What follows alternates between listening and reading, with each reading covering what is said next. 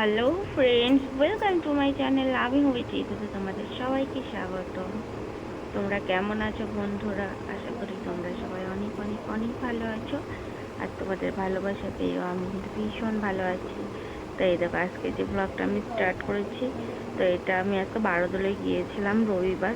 তো বারোদোল থেকে আসার পরে আমি চেঞ্জ করছিলাম, তো যাওয়ার সময় আমি ব্লগের স্টার্টিংটা নিতে পারিনি। তো একটু ব্যস্ত ছিলাম বলে, কারণ হঠাৎ প্রোগ্রাম করলাম। বড় ছেলেটা বায়না করেছিল যে মা আজকে বারোদোল শেষ হয়ে যাবে, তো নিয়ে চলো, কারণ প্রায় 9টা সাড়ে 9টা বাজে। তো যার কারণে আমি তখন তাড়াহুড়ো করে বেরিয়ে গেছিলাম বলে আমি আর ব্লগের স্টার্টটা করতে পারিনি। তো ভাবলাম বাড়িতে এসে আর বারোদোলের কিছুটা ছোটো ছোটো ক্লিপ নিয়েছি, সেটা নিয়ে তোমাদের সাথে ব্লগটা শেয়ার করি। রবিবার দিন বারোদোলের শেষ দিন ছিল। তোমরা কৃষ্ণনগরে যারা আছো জানো, তো দেখো কি পরিমাণে ভিড়টা হয়েছে।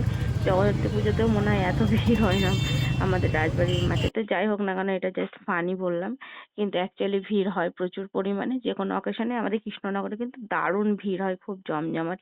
এই দেখো, এই ঘরগুলো কিন্তু আমার খুব ভালো লাগছিল। আমি ভাবছিলাম তোমাদের একটু বছরের দেখাবো, শেষ হয়ে গেল। তো দেখালাম। এবার এই দেখো, বারোদোলের ভেতরে আমরা ঢুকে এবার পড়েছি যেন এক মেলায়। মাসিটা তাড়াতাড়ি আমি শেষ হয়ে বিগ বাজার, কলকাতা বাজার প্রচুর ঘুরেছি, কিন্তু ডিসকাউন্ট বাজারে আমার যাওয়া হয়নি বারোদোলে এসে এবছর একবারও। তো ভাবছিলাম আজকে একটু ডিসকাউন্ট বাজারে যাব। তো এই দেখো, এখানে কিছু একটা দাদা ভাই বাবলস কানগুলো নিয়ে বাবলস ফোলাচ্ছিল। আমার অর্ক বলল যে মা একটু দাঁড়াও, এইগুলো দেখি। আমারও দেখতে বেশ ভালোই লাগছিল, তো আমি ক্যামেরাতে এগুলো ক্যামেরা বন্দি করে নিলাম। মানে এগুলো দেখতে অসাম লাগছিল, খুবই সুন্দর লাগছিল। তো আমি সেইগুলোকে ক্যামেরাতে ভিডিও ক্লিপ নিচ্ছিলাম, আর এগুলো দেখছিল অর্ক। অর্কর কিন্তু বেশ ভালো লাগছিল। ও বললো মা ভাইয়ের জন্য একটা নাও। না বাবা, ভাইয়ের জন্য নিয়ে গেলে এ আর 2 মিনিট থাকবে না, এত সুন্দর জিনিসটা নষ্ট হয়ে গেলে খুব কষ্ট লাগবে আমার। তো যাই হোক না কেন, আমি কিন্তু গোপালের জন্য এটা নিইনি। গোপালের জন্য খুব ভালো আমি একটা কার নিয়েছি, আর একটা খুব সুন্দর যে বাচ্চাদের খেলনার এরোপ্লেন পাওয়া যায় সেইগুলো নিয়েছিলাম। তো এটা আমি নিইনি। তো আমি আর অর্ক অনেকক্ষণ দাঁড়িয়ে থেকে দেখছিলাম, যার কারণ আমার হাজবেন্ড একটু পাশে গিয়েছিল বিশ্বনাথ। ও একটা বন্ধুর সাথে দেখা হচ্ছিল, ও কথা বলছিল, আমি আর অর্ক এগুলো দাঁড়িয়ে থেকে থেকে দেখছিলাম। তো ছোটবেলার কথাগুলো মনে পড়ছিল, যে যখন আমাদের পুজোর সময় হাতে পেতাম এই বাবলসের, যে আমাদের আহ ফু দিয়ে যেগুলোকে ওড়াতে হতো। কোনো কোনো সময় এমন হতো যে কচা গাছের ডাল ভেঙে নিয়ে সেই পাতার কসগুলো দিয়ে বাবলস ফুলিয়েছি, কে কে ফুলিয়েছি জানি না, তবে আমরা অনেক উড়িয়েছি। তো নেক্সট কোনো দিন তোমাদের দেখাবো। এই যে আমাদের অর্কবাবু, কখনো তোমরা দেখোনি, অর্ককে খুব কমই দেখিয়েছি, সবসময় গোপালকেই দেখানো হয়েছে। তো আজকে অর্কবাবুকেও দেখিয়ে দিলাম। তো আমরা এসেছিলাম একটুখানি বইয়ের দোকানে। আমি ভেবেছিলাম দুটো উপন্যাস নেব, কারণ ভয় সমগ্রটা নেওয়ার আমার খুব ইচ্ছা ছিল, শরৎচন্দ্র চট্টোপাধ্যায়ের লেখা। আমি এখানেও দেখেছিলাম, তো দেখে ভেবেছিলাম নেব, কিন্তু যা প্রিন্ট ছিল সেটাই বললো দাম। তো একটু দাম কমালো না, যার জন্য আমি নিইনি। তো ভাবলাম কিনা যে যখন কলকাতায় যাব, কলকাতায় গিয়ে তারপরে দিন নেব। তো ভাবলাম তোমাদেরকে একটু দেখাই। তো দেখাচ্ছিলাম, এই দেখো আমি দুটো বই তুলেছিলাম। তো প্রথম বইটা একটুখানি দেখছিলাম, ভাবছিলাম কলঙ্কটাও দেখবো, কারণ কলঙ্কটাও আমার বেশ ভালোই লাগে, কিন্তু মনটা তো পড়ে রয়েছে সেই ভয় সমগ্রর দিকে।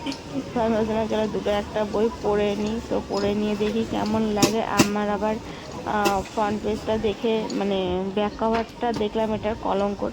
ব্যাক কভারটা দেখে বেশ ভালোই লাগছিল। আমি ভাবলাম যে না জানি কেমন হবে। তো তারপরে হুম, শেষ প্রশ্নটা দেখে নিলাম। শেষ প্রশ্নটা আমার পছন্দ হয়নি, কারণ মনে তো বয়ে মানে বসে রয়েছে যে আমি ভয় সমগ্রটা নেব। তো এইটা আমি দেখছিলাম, আর এখানে আমি যা যা গল্প খুঁজছিলাম মোটামুটি সমস্ত রকমের গল্প এখানে ছিল। আর ভয় সমগ্র আমার একটা চটি ছোট বই ছিল, সেই বই আমি ছিল। তো আমি ভেবেছিলাম যদি কখনো বড় বই পাই, তো বড় বই আমি নেব। বড় বইটা এখানে পেলামও, কিন্তু যেটা প্রিন্ট ছিল সেটাই দাম বললো। আমি বললাম একটু তো ডিসকাউন্ট করো। কিছু ডিসকাউন্ট করলো না বলে আমি আর রেগে মেগে সেখান থেকে চলে আসলাম, আর নেওয়া হলো না। জানি না কলকাতায় কবে যাব, যেদিন কলেজ স্ট্রিট যাব অবশ্যই নেওয়া হবে। তো এই যে একটু ফুচকা টুচকা খেয়ে নিয়ে আমরা বাড়িতে চলে এসেছি। বাড়িতে এসে খাওয়া দাওয়া করে আমি নাইট টাইটি চেঞ্জ করে নিয়ে আমার নাইট ড্রেসটা পরে নিয়েছি। পরে নিয়ে এক গাদা জামা প্যান্ট কাচা ছিল, তো সেইগুলোকেই একটু ভাঁজ করে নিচ্ছি আমি, কারণ ভাঁজ করে নিয়ে তারপরে আমি ঘুমাবো। রাতটা অনেক হয়েছে, ঘুম ঘুম ভাব চলে এসেছে, ঘুমও পাচ্ছে। গোপালও এখনো জেগে রয়েছে, কারণ আমি শোবো তারপরে গোপাল শোবে আমার সাথে। ও আজকে মায়ের সাথে ঘুমোয়নি। গোপাল বাবুর আজকে ইচ্ছা হয়েছে গোপাল বাবু আমার সাথে ঘুমাবে। তো এই যে গোপালবাবু বসে রয়েছে, তোমরা দেখলে গোপালবাবুর হাত দেখা যাচ্ছিল। তো গোপালবাবুর জন্য আমি একটু তাড়াহুড়ো করছিলাম, কোনো রকমের গুছিয়ে গেছে আমি রাখছিলাম। তো তারপরে আমি একটু শোবো বলে, তো চলো আমার গোছানো মোটামুটি কমপ্লিট হয়েছে। ভালোটা সকালবেলা উঠে করা যাবে খুব ভালোভাবে, তো যেইটুকু পারলাম আমি করে রাখলাম। তো দেখো আমার সারা মুখের লিপস্টিকে ভর্তি হয়ে গেছে। তো বন্ধুরা চলো বাই। আজকের মতো ব্লগটা আমি এখানেই শেষ করলাম। নেক্সট কোনো ব্লগে তোমাদের সাথে আবার দেখা হবে। তো bye, love you friends, love you all. তোমরা প্রত্যেকে ভীষণ ভীষণ ভীষণ ভালো থেকো, সুস্থ থেকো। আর এখন তো জানো 12টার উপরে বেজে গেছে, প্রায় 12টা 10-15 বাজে। সো দেখি কটা বাজে, 12টা 22 বাজে এখন। তো চলো, আর রাত নয়, লেট নয়, গোপালা এখনও জেগে আছে।